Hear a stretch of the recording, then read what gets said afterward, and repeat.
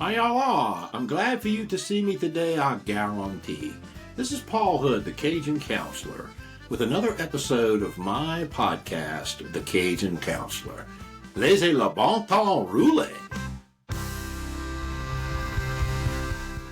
Hi, y'all are. This is Paul Hood, the Cajun Counselor, with a holiday edition of our Cajun Counselor. It is, as I look outside, cold and slightly snowing, flurrying, if you will. Today, what I want to do, and this hopefully will air right before Christmas. As you see, I'm in one of my ugly Christmas sweaters. Ugly, of course, is in the eye of the beholder, much like Potter Stewart's definition of indecency.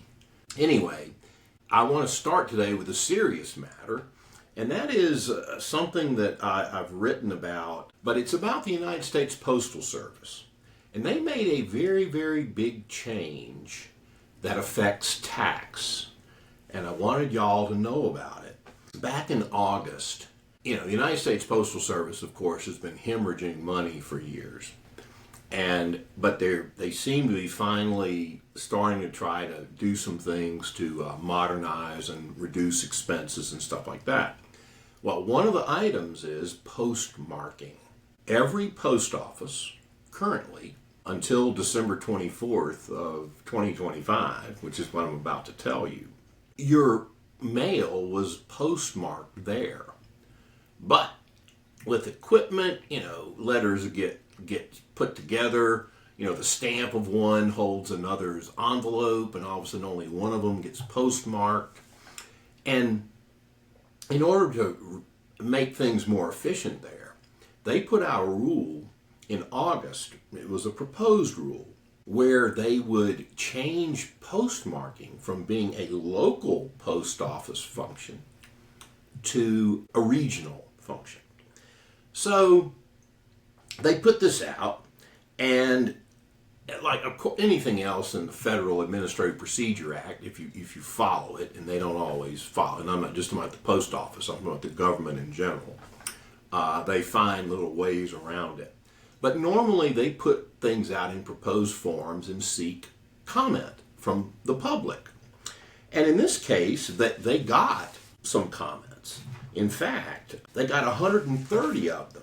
How this affects tax is in Section 7502 of the Internal Revenue Code, it tells you that you're entitled to rely on the postmark date as far as determining, if you filed timely. And this date can be real serious. I mean, obviously for a tax return, there's a penalty for late filing. But for things like a tax court petition, which has to be filed, postmarked, 90 days, within 90 days of receiving your, what they call 90-day letter from the IRS, this new rule from the Postal Service means that a piece of mail that may get delivered to the post office timely, but might not get postmarked for 1 to 3, maybe even 5, depending on weather and whatnot, 5 days later. What does that mean? You're late. And in a tax court case, it means you're out, because it's almost jurisdictional. For years it absolutely was. Now there's some wavering around the edges of the 90 days. It used to be slam dunk. Not 90 days, tax court has no petition or has no jurisdiction, and they simply dismiss the case for lack of jurisdiction. What does this change, or how does this change your advice? Well, I can tell you how it would change mine. Not at all. Because for stuff like this, you shouldn't take a risk of getting the postmark right. In fact, what I recommend for returns and anything that's of vital importance, I pay for certified mail return receipt requested. And that is a very, very important thing, because then you get a green card back that shows. So when the IRS tells you later, oh, we never got your return, say, well, it's probably there somewhere because I have the green card. So then they have to, obviously go and look for it. But the bottom line is, what should you tell your clients, especially those of you who are tax preparers? If your client is going to mail or is responsible for mailing their own return, some people have gone, and I've seen some writings, have gone into great detail about, this rule. That's a mistake, in my opinion.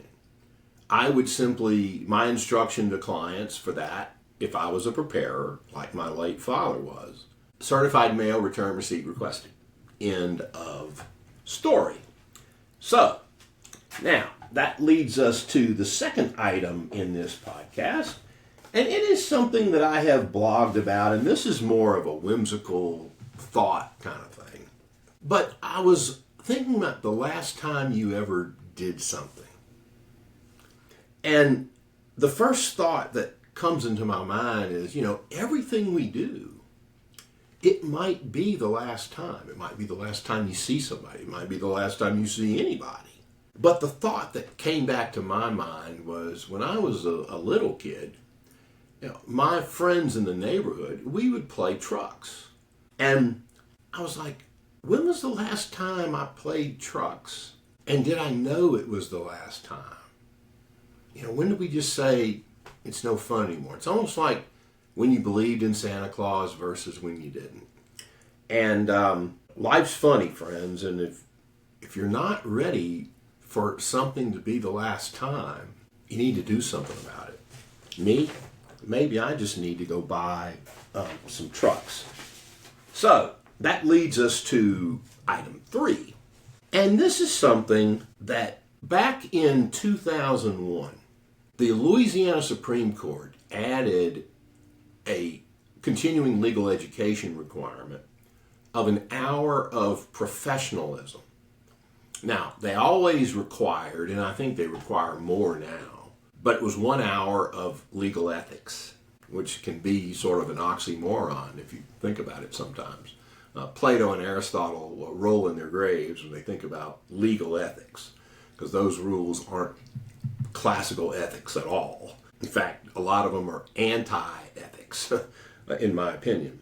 But when they added that, I used to do an annual conference, and I did it for like 14, 15 years. Hurricane Katrina stopped it in the end. But I added the professionalism hour as well, because it was an 8-hour day. It had your ethics and you had your professionalism. And a lot of people appreciated that, being able to pick up both of those hours at one time.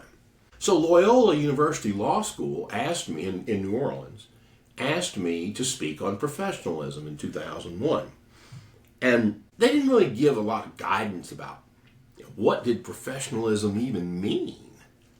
So, as I often do, sometimes to my peril, but often to my delight, and I take the less traveled road. And I decided that, okay, if we're going to talk about professionalism, that's a pretty high bar, but I'm going to aim even higher, which is what I did. And I wrote and I presented the Code of Whole Person Professionalism, which I entitled A Work in Progress, just like the author. And I presented this code, which was annotated. I say annotated. In law, I usually mean annotations mean cites to statutes and laws and cases and rulings and things of this sort. But in my case, it was quotes that applied to each of these parts. And we're not going to go through the quotes. But the interesting part of it was that I presented this like in the same hall where eventually my son, Paul, went to law school, graduated like 20 or 21 years later.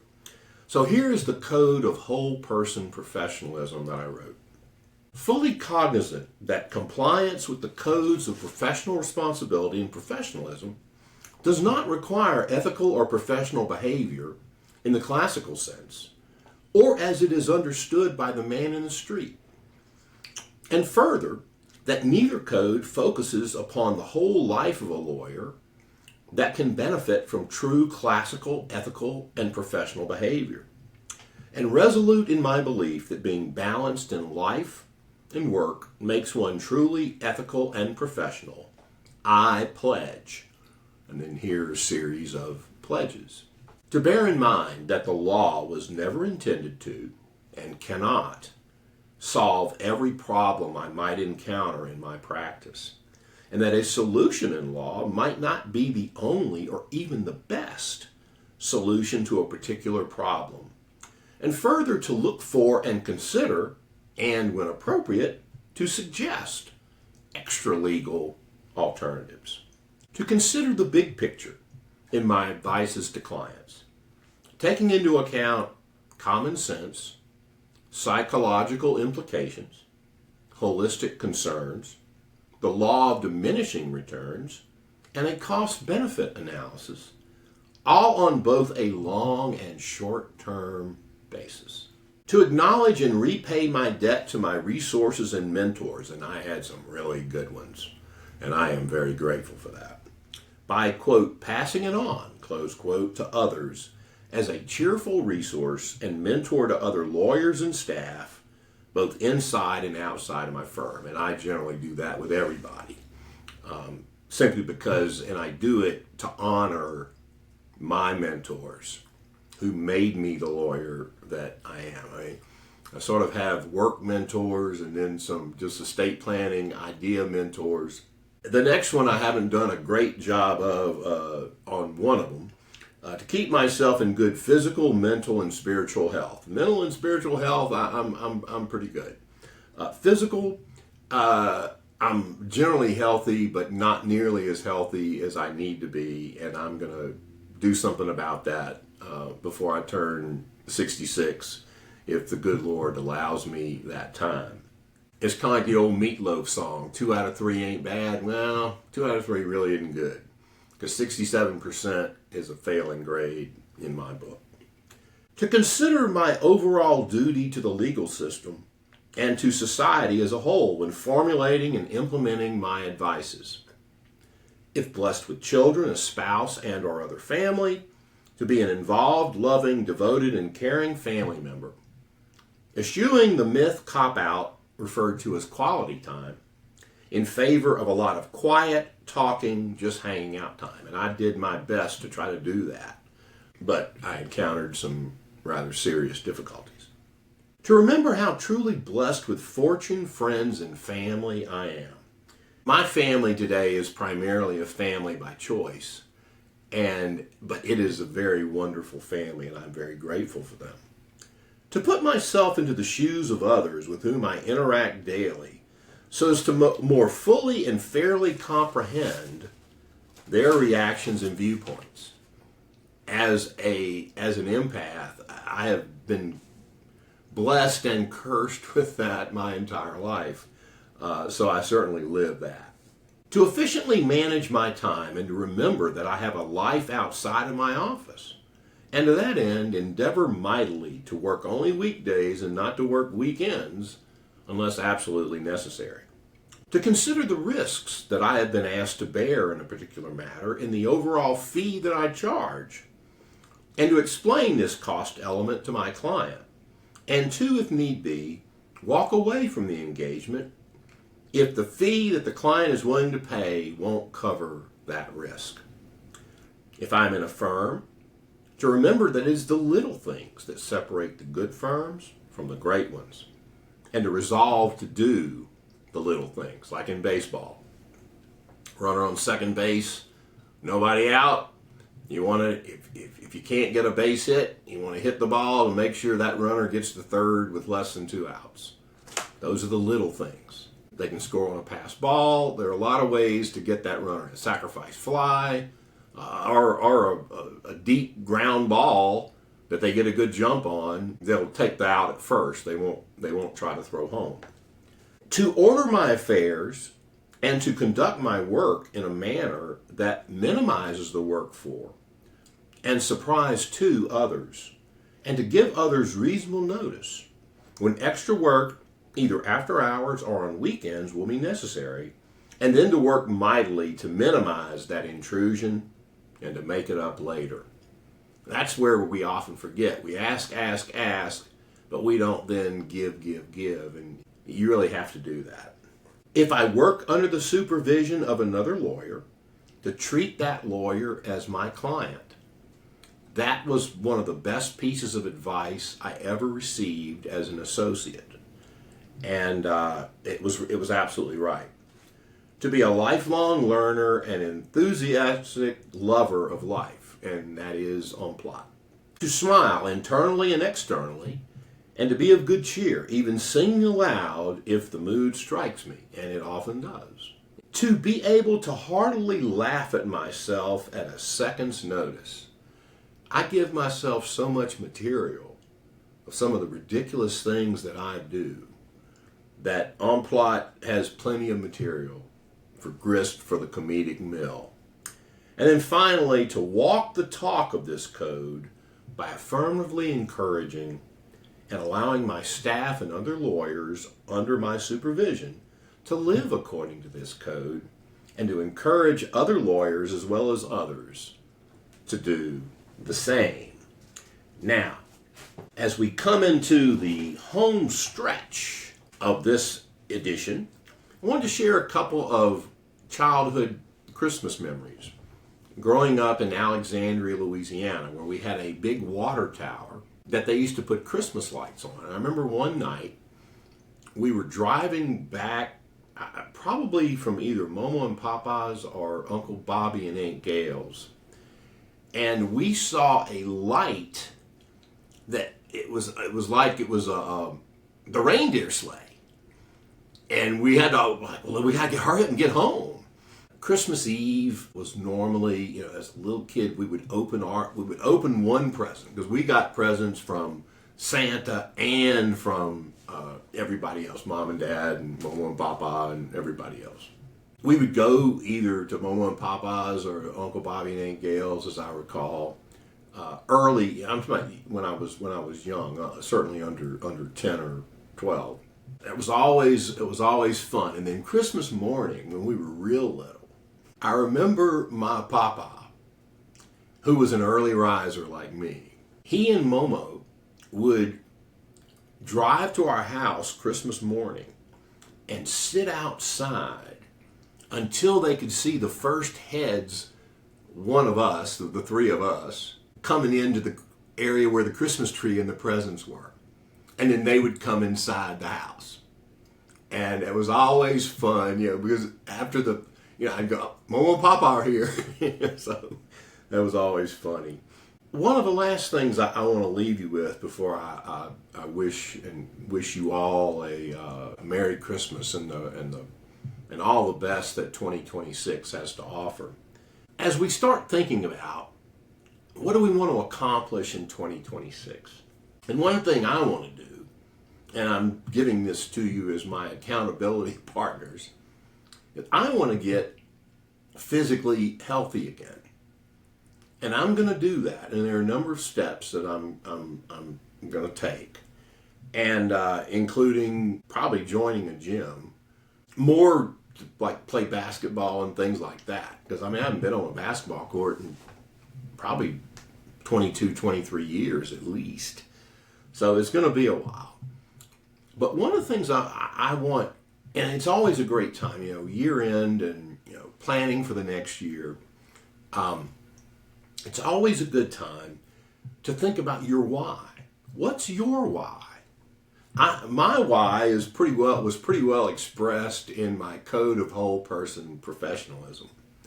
But what's your why? Do you have a why? Have you really narrowed it down? Before you make one additional resolution of things that you'll do for the first 10 days of the year, and I hope I'm better at it than what I'm talking now, because mine is really a change in my why. And my why is now going to include, I want to be healthy again. I want to be in some form of shape again. And I really haven't been. And it's been nothing but an excuse And as a Stoic philosopher in the Epictetus, Marcus Aurelius genre, excuses there are no excuses. And that is simply it. So, with that, I wish you all a very, very, very Merry Christmas. Happy New Year. We're in the middle of Hanukkah, the 8 days of light. Happy Hanukkah to those who celebrate. And with that, I wish you adieu, au revoir. And that's a wrap. Hope you enjoyed this episode of the Cajun Counselor. This is Paul Hood saying, laissez le bon temps rouler. Au revoir.